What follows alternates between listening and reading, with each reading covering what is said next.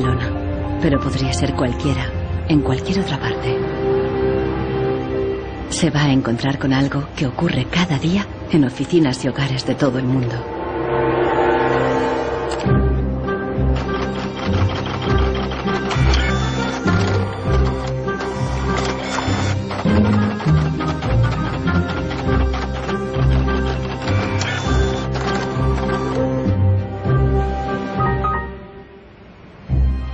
Una pieza de la impresora ha fallado y el fabricante recomienda llevarla al servicio técnico.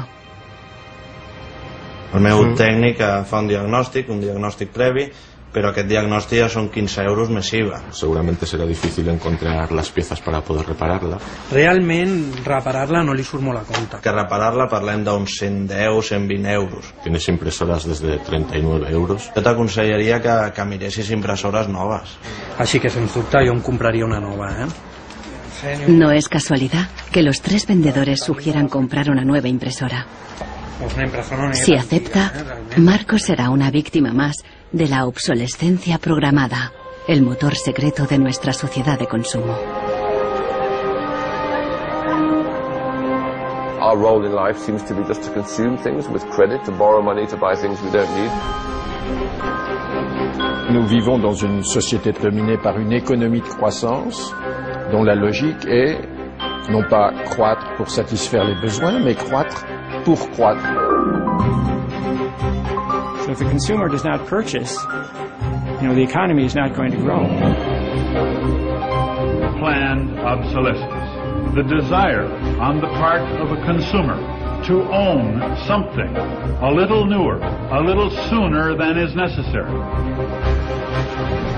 En este documental revelaremos cómo la obsolescencia programada ha definido nuestras vidas desde los años 20, cuando los fabricantes empezaron a acortar la vida de los productos para aumentar las ventas. Also hat man sich gedacht, dann beschränken wir einfach die Lebensdauer auf 1000 Stunden. Descubriremos que diseñadores e ingenieros se vieron forzados a adoptar nuevos valores y objetivos. Was back to the drawing board and come out with something that was more fragile. They time those things. They time them. So when you finally paid for them, they're used up. Conoceremos una nueva generación de consumidores que está llevando la contraria a los fabricantes. ¿Es viable una economía sin obsolescencia programada y sin su impacto sobre el medio ambiente? Posterity will never forgive us. Posterity will suddenly find out about the throwaway lifestyles of people in the advanced countries.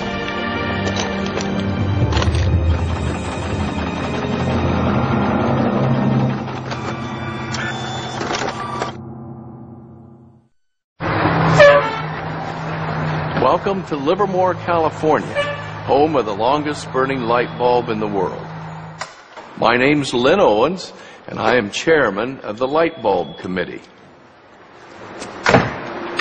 It was in 1972 when we discovered that the light bulb that was hanging in the fire station was a significant light bulb.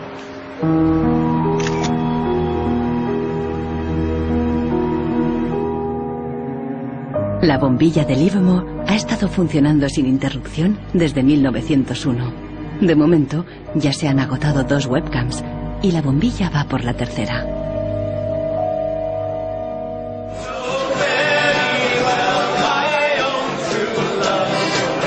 En 2001, cuando la bombilla cumplió un siglo, Livermore organizó una gran fiesta de cumpleaños al estilo americano. I think we were hoping if we would get 200 people, we'd be happy, and we ended up with 800 or 900 people showing up. One nation, under God, indivisible, with liberty and justice. Do you think that anybody would sing happy birthday to a light bulb? Well, we didn't think they would, but they did.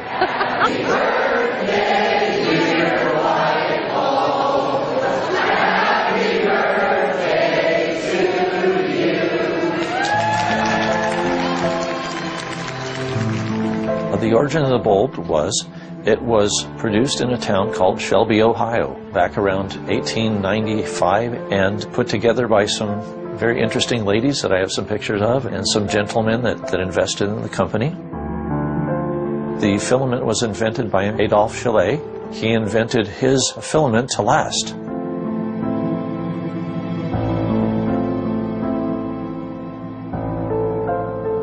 Why does his filament last? I don't know. It's a secret that he made and that died with him.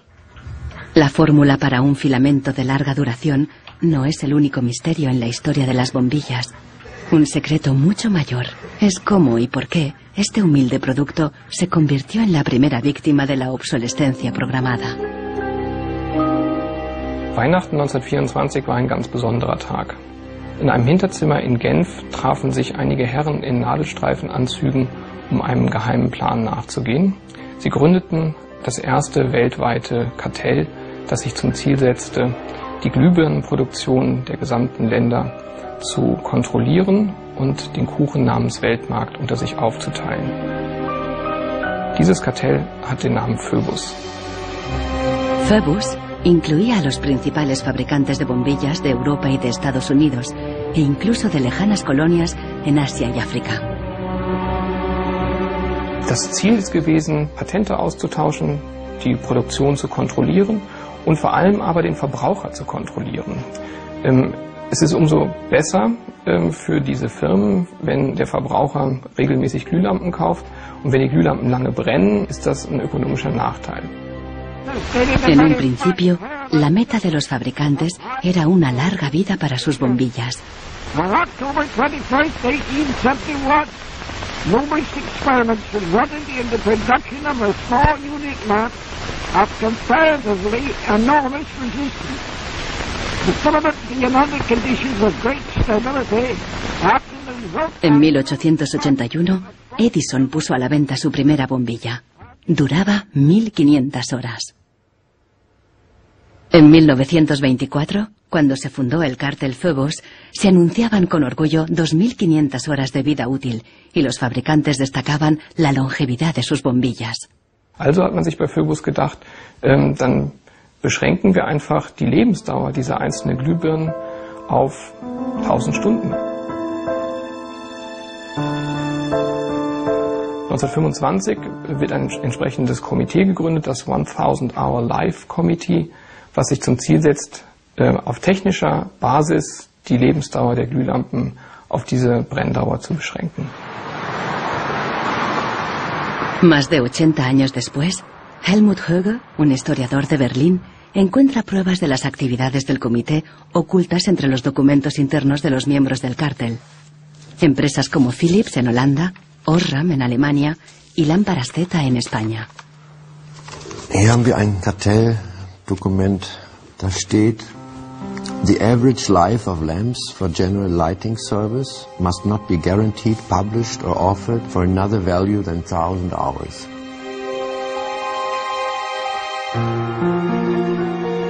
Presionados por el cártel, los fabricantes realizaron experimentos para crear una bombilla más frágil que cumpliera con la nueva norma de las 1000 horas.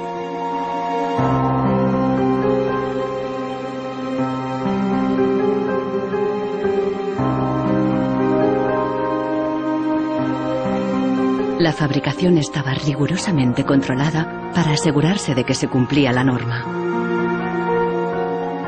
Eine Maßnahme bestand beispielsweise darin, einen Prüfstand zu errichten, in dem viele kleine Sockel zu finden sind, in die dann wiederum einzelne Exemplare aus verschiedenen Produktionsreihen eingeschraubt wurden, und Firmen wie Osram haben dann genauestens protokolliert, wie lange diese Lampen brannten. Phoebus creó una complicada burocracia para imponer sus reglas. Los fabricantes eran multados severamente si se desviaban de los objetivos marcados.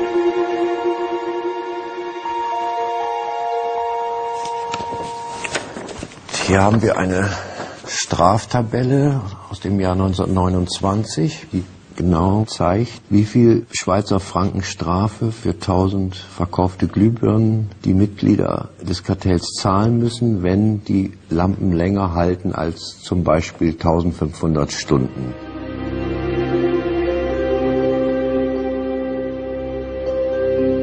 A medida que la obsolescencia programada surtía efecto, la vida útil empezó a caer. En solo 2 años pasó de 2500 horas a menos de 1.500. En los años 40, el cártel ya había conseguido su objetivo. Una bombilla estándar duraba 1000 horas. I can see how this was very tempting in 1932. I think at the time sustainability was actually substantially less of an issue because I don't think they looked at the planet as being one with finite amount of resources. They looked at it as from an abundance perspective. Ironically, the light bulb has always been a symbol for ideas and innovation, and yet it's one of the early and best examples of planned obsolescence. En las décadas siguientes se patentaron docenas de nuevas bombillas, incluso una que duraba 100.000 horas. Pero ninguna llegó a comercializarse. Offiziell hat es ja Phobos eigentlich nie gegeben, wenn auch diese Spuren der Öffentlichkeit nie ganz verborgen gewesen sind. Die Strategie dahinter ist, sich in bestimmten Zeitabständen immer wieder umzubenennen. Dann heißt es mal internationales Elektrizitätskartell, dann mal wieder irgendein anderer Name. Entscheidend ist, dass diese Idee als Institution natürlich weiter besteht.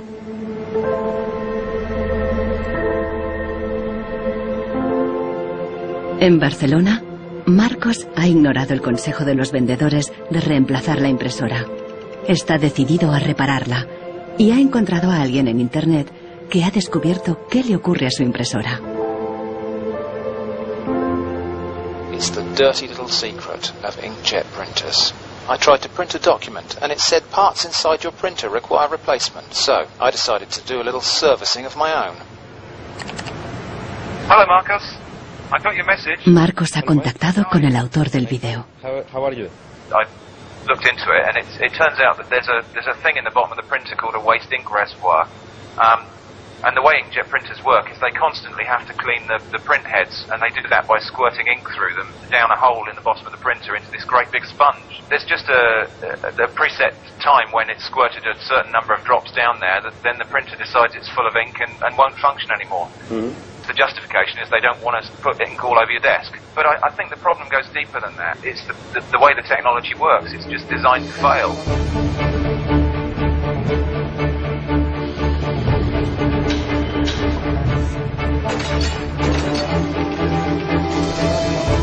La obsolescencia programada surgió al mismo tiempo que la producción en masa y la sociedad de consumo. The whole issue with products being made to last less long is part of a whole pattern that began in the Industrial Revolution when the new machines were producing goods so much more cheaply, which was a great thing for consumers, but consumers couldn't keep up with the machines. There was so much production. Ya en 1928, una influente revista de publicidad advertía: un artículo que no se desgasta es una tragedia para los negocios. De hecho, con la producción en masa bajaron los precios y los productos fueron más asequibles. La gente empezó a comprar por diversión más que por necesidad. La economía se aceleró.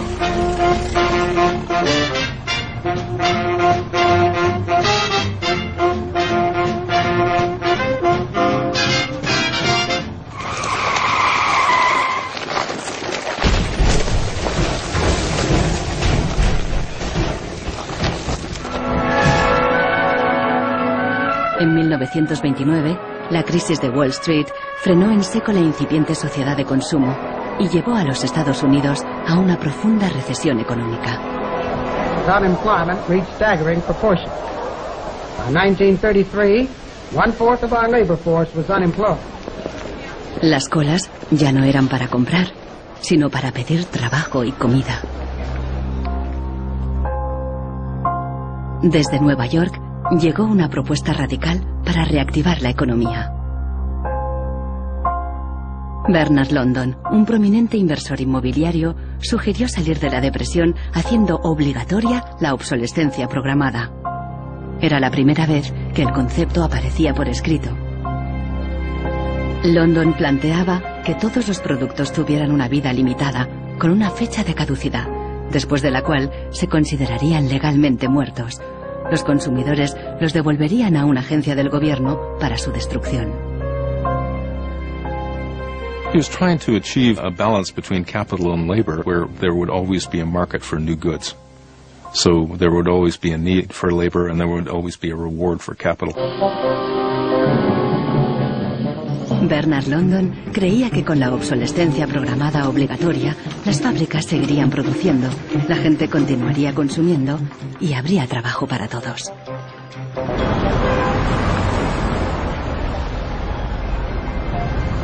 Giles Slade está en Nueva York para saber más sobre la persona que hay detrás de la idea. Se pregunta si con la obsolescencia Bernard London pretendía maximizar los beneficios o bien ayudar a los parados. Dorothea Weitzner conoció a Bernard London en los años 30 durante una excursión familiar. Don't tell me which one he is. Okay. Let's see. Ah, isn't that interesting? Yes. Definitely intellectual looking. And you met Bernard London in 1933. When I was about 16, 17, my dad and mother had this big Cadillac car, which was the size of a Zeppelin. Mother was driving like a chauffeur. Dad was in the front, and Mr. and Mrs. London were in the back of the big limousine. Dad said that Mr. London should explain his philosophy to me. He's a very interesting man. And he just told me in a few words that that was his idea to reduce the depression. We were in an economic mess, worse than today even. He was obsessed with this idea. Like an artist is utterly obsessed with his paintings, you know. He actually whispered to me in the car, afraid that his theory might be too radical. De hecho, la idea de Bernard London pasó inadvertida y la obsolescencia obligatoria nunca se puso en práctica.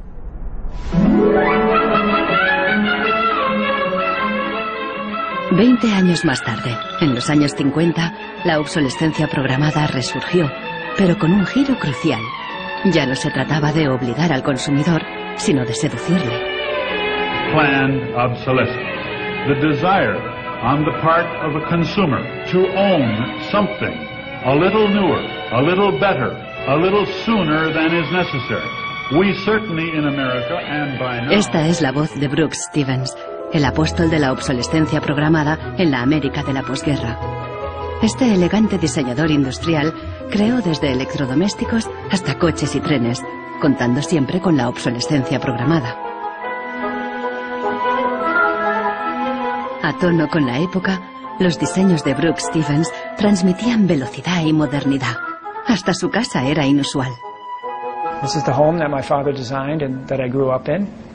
When it was being built out in the suburbs, everybody thought it was going to be the new Greyhound bus station because it did not look like a traditional home.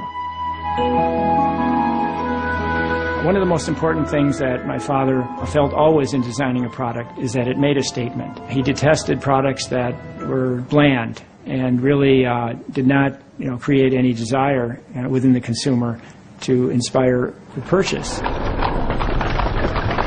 Unlike the European approach of the past where they tried to make the very best product and make it last forever, meaning you bought such a fine suit of clothes that you were married in it and then buried in it and never a chance to renew it, the approach in America is one of making the American consumer unhappy with the product that he has enjoyed the use of for a period, have him pass it on to the second-hand market, and obtain the newest product with the newest possible look. Brooks Stevens viajó por todos los Estados Unidos, promoviendo la obsolescencia programada en charlas y discursos. Sus ideas cuajaron y tuvieron un amplio eco.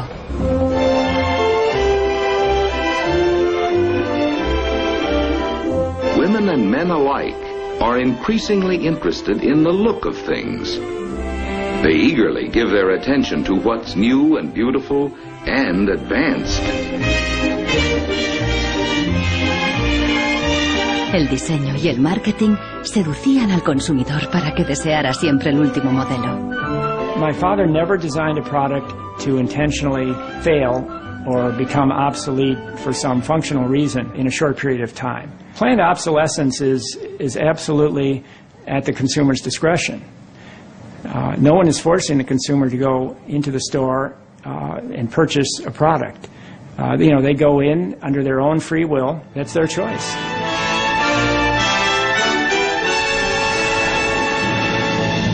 Libertad y felicidad a través del consumo ilimitado. El estilo de vida americano de los años 50 sentó las bases de la sociedad de consumo actual.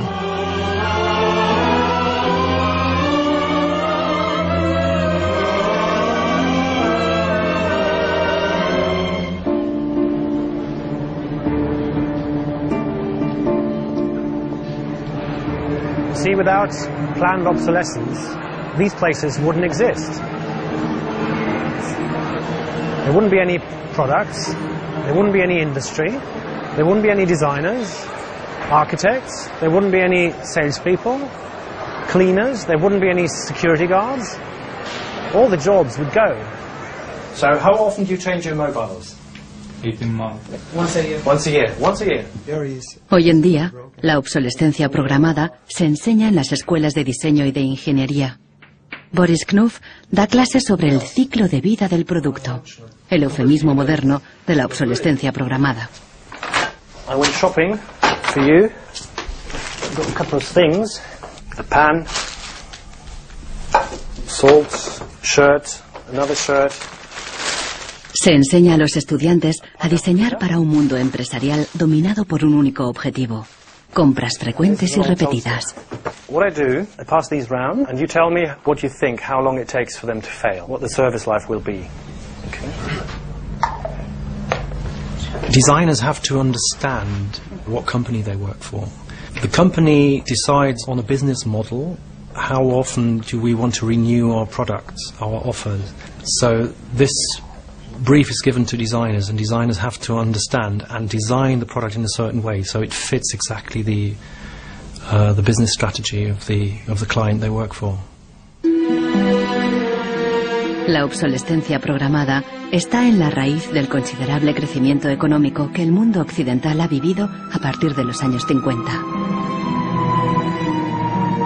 Desde entonces, el crecimiento ha sido el santo grial de nuestra economía. Nous vivons dans une société de croissance dont la logique est non pas croître pour satisfaire les besoins, mais croître pour croître, croître à l'infini, faire croître sans limite la production, et pour justifier cette croissance de la production, faire croître sans limite la consommation. Serge Latouche, un destacado crítico de la sociedad del crecimiento, escribe a menudo sobre sus mecanismos. Au fond, il y a trois instruments fondamentaux qui sont la publicité, l'obsolescence programmée et le crédit.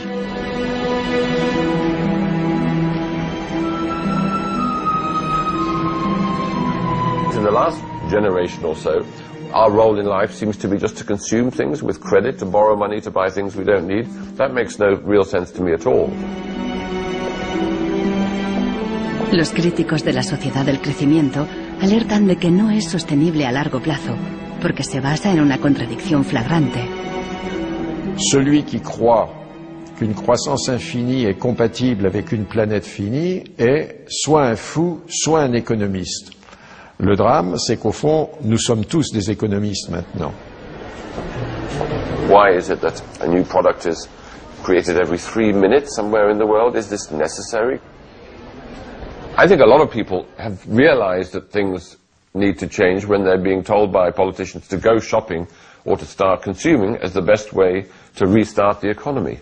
On peut dire qu'avec la société de croissance, on est embarqué dans un bolide qui désormais manifestement n'a plus de pilote, qui va à toute allure et dont on peut prévoir le destin, qui est soit de se fracasser contre un mur, soit de sombrer dans un précipice.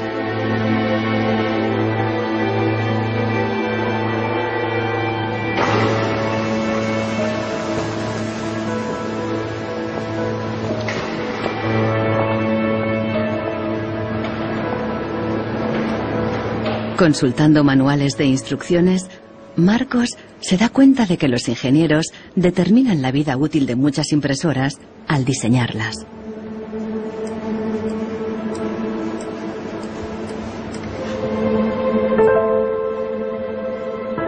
Lo consiguen colocando un chip dentro de la impresora.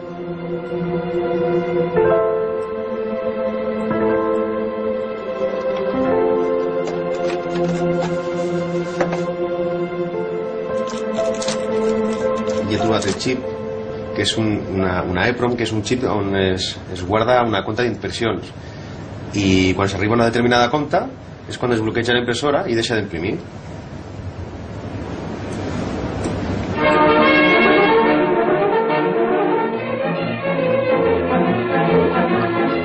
¿Qué opinan los ingenieros cuando tienen que diseñar un producto para que falle? El dilema se refleja en un clásico del cine británico de 1951, donde un joven químico inventa un hilo que no se desgasta nunca. El químico cree que ha conseguido un gran progreso.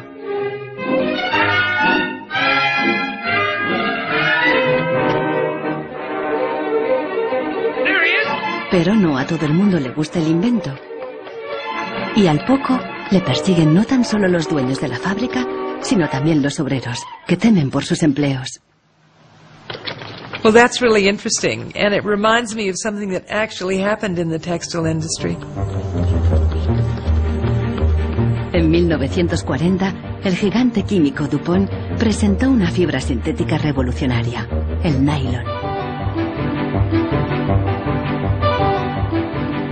Para las mujeres, las medias duraderas eran un gran progreso, pero la alegría duró poco. My father worked for DuPont before and after the war in the nylon division, and he told me a story about how when nylon first came out and they were trying it out for use in stockings, the men in his division were asked to take these stockings home for their wives and girlfriends to try out. My father brought them home to my mother, and she was delighted with the first products because they were so sturdy. Los químicos de DuPont tenían motivos para estar orgullosos. Incluso los hombres admiraban la resistencia de las medias de nylon. The problem was they lasted too long. The women were very happy with the fact that they didn't get runners in them. Unfortunately, this meant that the companies producing the stockings were not going to sell very many. DuPont dio nuevas instrucciones al padre de Nichols Fox y sus colegas. For the men in his division, it was back to the drawing board to try to make the fibers weaker and come out with something that was more fragile and would run so that the stockings wouldn't last as long.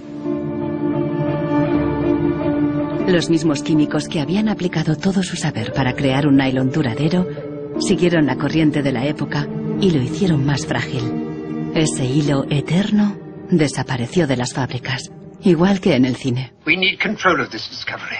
Complete control. If you want twice the amount in that contract, we will pay it. $250,000. To suppress it. Yes. ¿Qué opinaban los químicos de DuPont de reducir la vida de un producto deliberadamente? Must have been frustrating for the engineers to have to use their skills to make an inferior product after they'd tried so hard to make a good product. But in a way, I suppose that's the outsider's view. Probably they just had a job to do. Make it strong, make it weak. That was their job. Engineers were in a really complicated ethical time. This confrontation with planned obsolescence provoked them to examine their most basic ethical concepts. There was an old school of engineers who believed that they should make a permanent, usable product that would never break. And there was a new school of engineers that were driven by the market who were clearly interested in making the most disposable product that they could. And this debate resolved itself by these new school of engineers taking over. La obsolescencia programada no solo afectó a ingenieros. La frustración de los consumidores se hizo eco en el clásico teatral de Arthur Miller, Muerte de un viajante. Como Willy Lomax, los consumidores solo podían quejarse. Once in my life, I'd like to own something outright before it's broken. I'm always in a race with the junkyard. Just finished paying for the car and it's on its last legs. The refrigerator consumes belts like a crazy maniac. They time those things. They time them, so when you finally paid for them, they're used up. Los consumidores no sabían que al otro lado del telón de acero, en los países del bloque del Este, había una economía entera sin obsolescencia programada.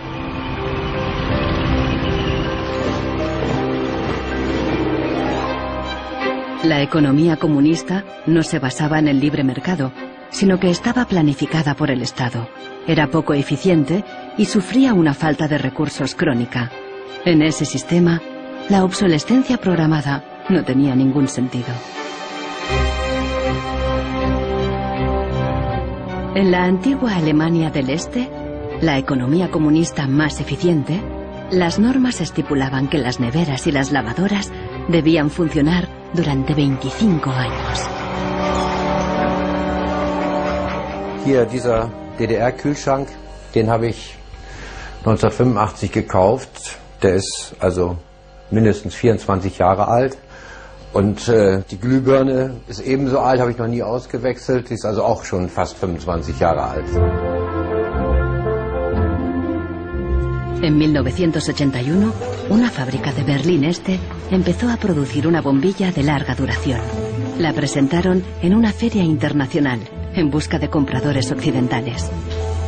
Als die ostdeutschen Glühlampenhersteller 1981 diese Langlebensdauerglühlampen auf der Hannoveraner Messe präsentierten, meinten ihre Westkollegen, ihr wollt euch wohl alle arbeitslos machen. Woraufhin die NAVA-Leute, Ingenieure, antworteten, nein, im Gegenteil, indem wir Ressourcen schonen und den Wolfram nicht verpulvern, behalten wir gerade unsere Arbeitsplätze. Los occidentales rechazaron la bombilla. En 1989 cayó el muro de Berlín.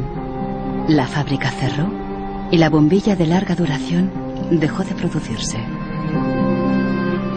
Ahora solo se puede ver en exposiciones y museos.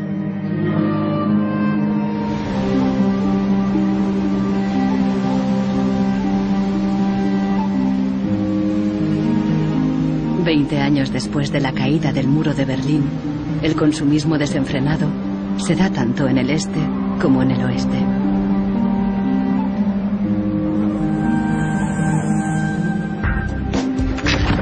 Con una diferencia. En la era de Internet, los consumidores están dispuestos a luchar contra la obsolescencia programada. The first movie we made that really broke through was a movie about the iPod. And I was completely broke. And I'd gotten this iPod, it was like $500, $400. And about 8 months later, 12 months later maybe, the battery died in it. And I called Apple to ask them to replace the battery. And their policy at the time was to tell their customers to buy a new iPod. You might as well go get a new one. Apple doesn't offer? No. Apple doesn't offer a new battery for the iPod? No.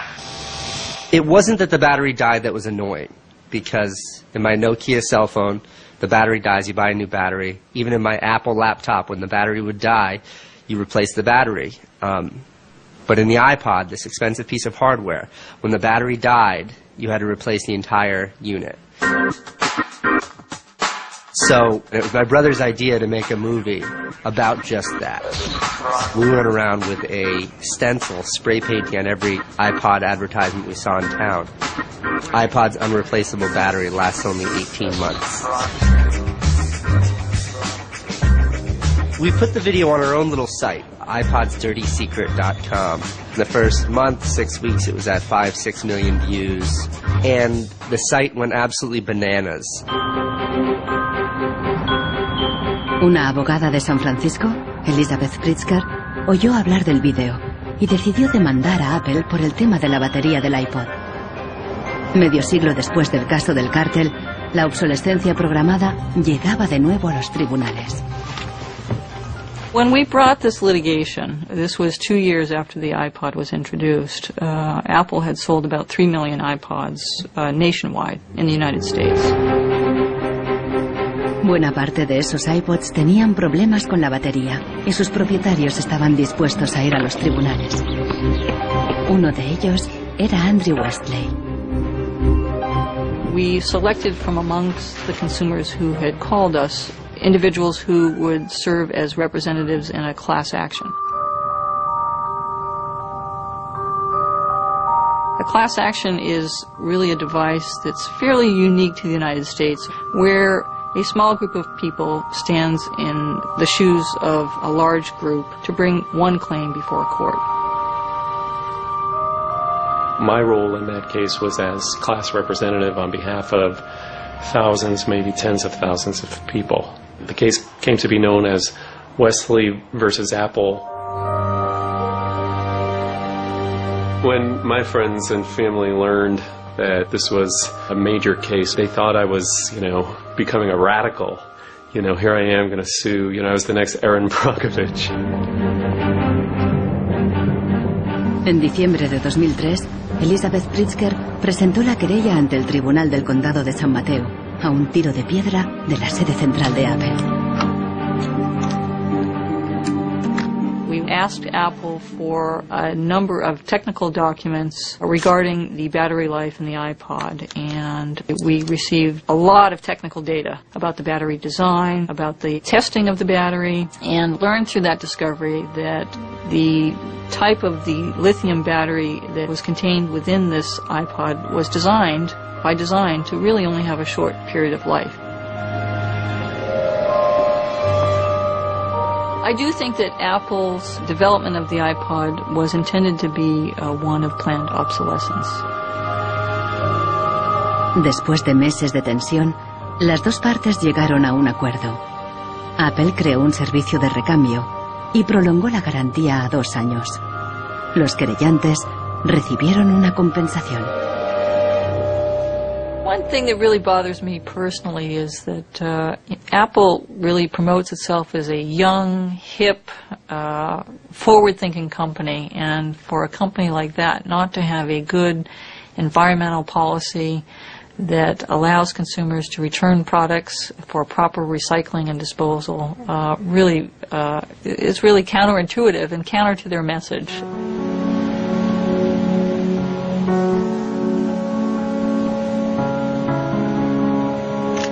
La obsolescencia programada provoca un flujo constante de residuos que acaban en países del tercer mundo como Ghana, en África.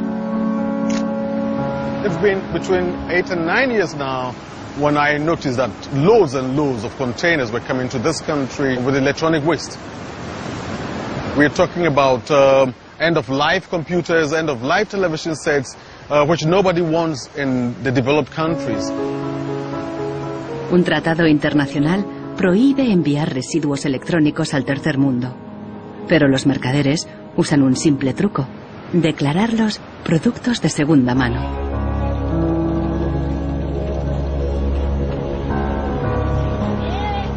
Más del 80% de los residuos electrónicos que llegan a Ghana no se pueden reparar y acaban abandonados en vertederos por todo el país. We are at the dump site here in Agbogboshi. In the past, we had this beautiful river called Odo River, that meandered its way through this area. It was teeming in the past. It had so much fish. So we actually attended a school not very far away from here. So we'd come play football and hang around the river. The fishermen would organize boat rides, I remember very well. But now it's all finished, it's all gone. And that makes me really, really sad. And it makes me angry.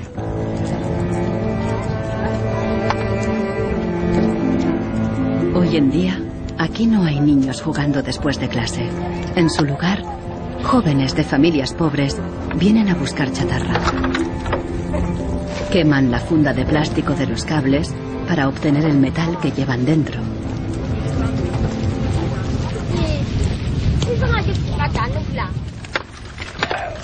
Los niños más pequeños rebuscan en los restos para encontrar cualquier pequeño trozo de metal que los mayores hayan olvidado.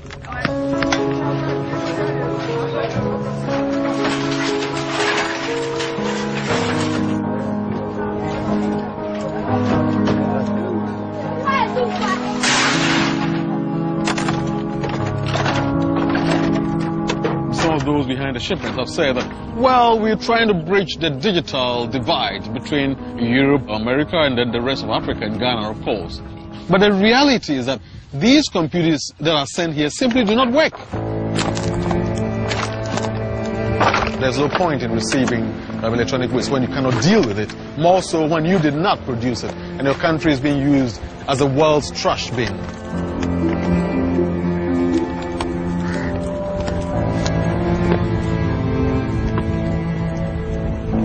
The trash that for so long in the industrial age has been hidden from view is now coming into our lives, and we can actually no longer easily avoid it. The waste economy is reaching its last legs because they don't physically have anywhere else to put the waste.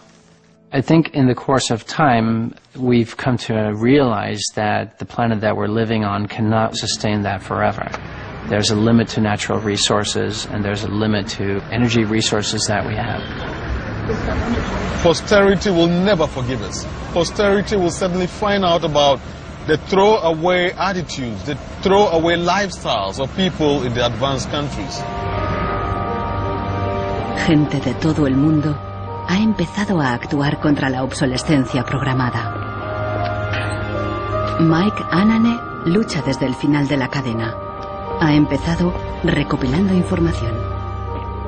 This is where I keep the e-waste that have asset tags or property tags. This says Amu Center Northwest Jylland. It's from Denmark.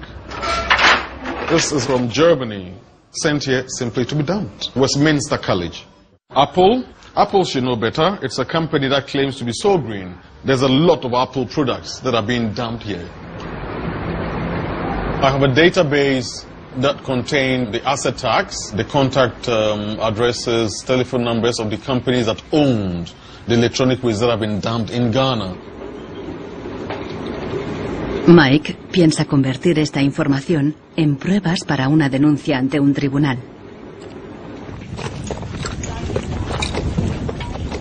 We need to take some action, some punitive measure. We need to sue people so they stop dumping e-waste in Ghana.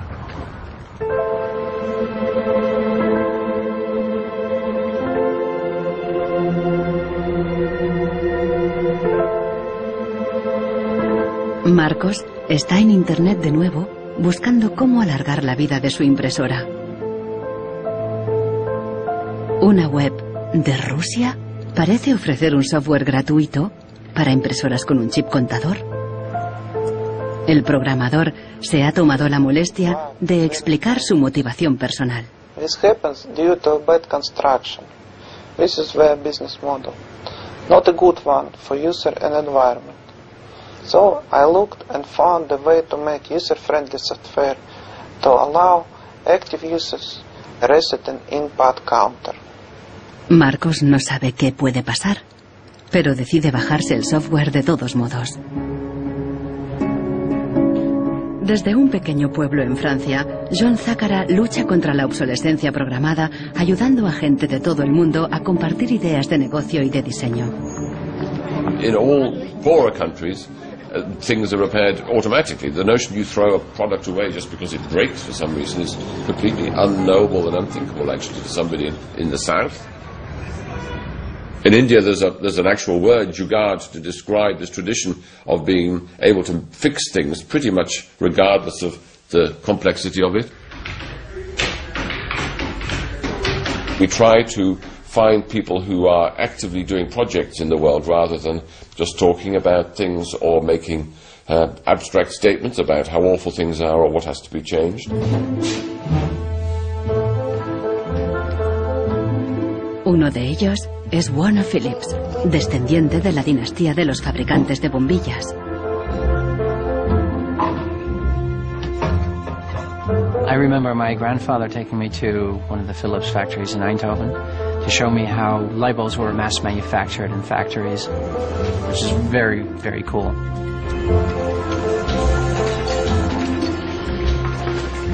Casi un siglo después del cártel de la bombilla, Warner Phillips sigue la tradición familiar, pero con una perspectiva diferente.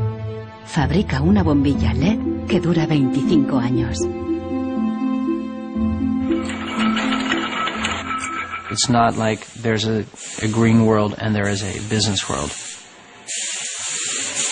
I think business and sustainability go hand in hand. It's actually the best basis to build a business on. And the only really real way to do that, I believe, is to factor in the true costs of the resources that have been used, but you also look at the energy consumption, you also look at the indirect energy consumption of transportation. Si on faisait vraiment payer aux transporteurs le coût réel du transport, sans parler du fait que le pétrole est une ressource non renouvelable et pour lequel on n'a pas vraiment de substitut, je dirais que le prix du transport devrait être multiplié par 20 ou 30. If you factor all of that into every product that you manufacture, then there will be huge incentives for manufacturers and entrepreneurs all over the planet to make products that last forever. También se puede luchar contra la obsolescencia programada replanteando la ingeniería y la producción de los productos. Un concepto nuevo, de la cuna a la cuna. Afirma que si las fábricas funcionaran como la naturaleza, la propia obsolescencia quedaría obsoleta.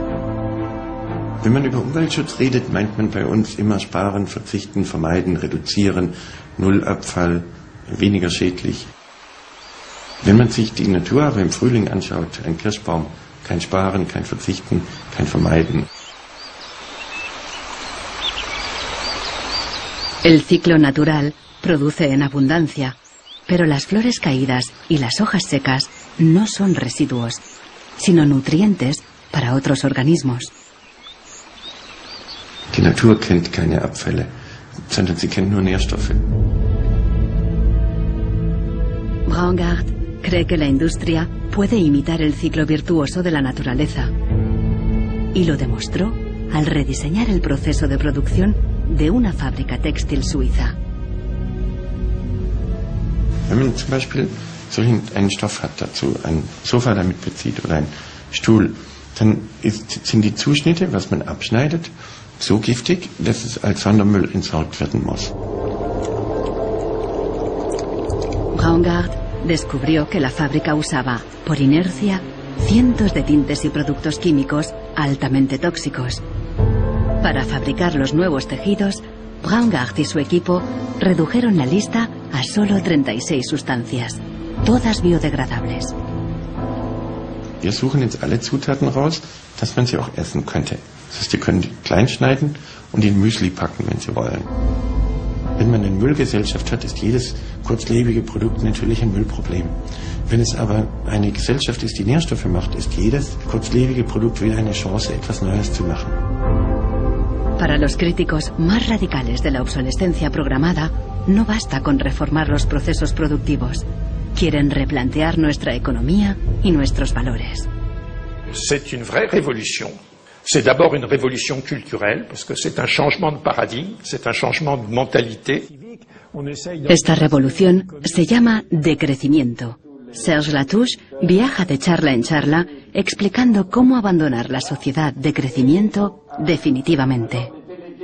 La décroissance, c'est un slogan provocateur qui a pour fonction de rompre avec le discours un peu euphorisant de la croissance possible, infinie, soutenable, et donc pour marquer la nécessité de changer de logique. L'essentiel du programme, en quelque sorte de la décroissance, tient en un mot réduire. Réduire notre empreinte écologique, réduire nos gaspillages, notre surproduction, notre surconsommation. Réduisant la consommation, en réduisant la production, mais en libérant du temps libre, on peut développer d'autres formes de richesse qui ont l'avantage de ne pas s'épuiser quand on les consomme, comme l'amitié, le savoir. We increasingly rely on objects to give us a sense of self-esteem and identity.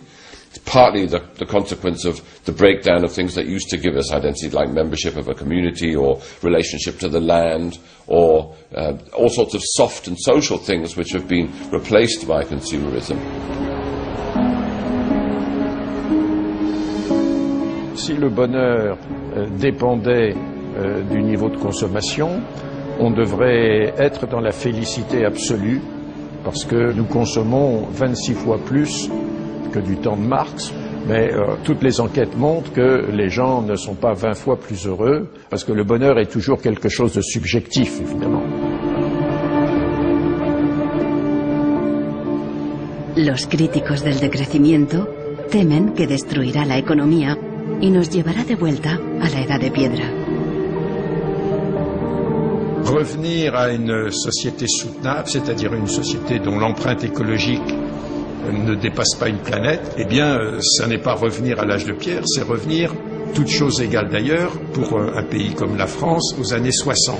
Ça n'est pas vraiment l'âge de pierre.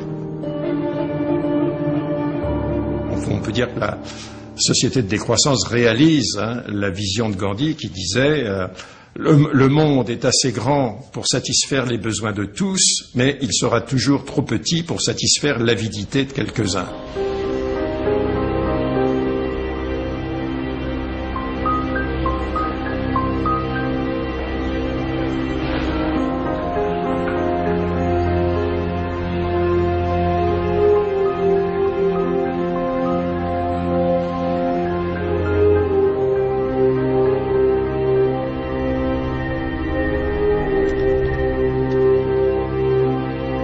Marcos está instalando el freeware ruso en su ordenador.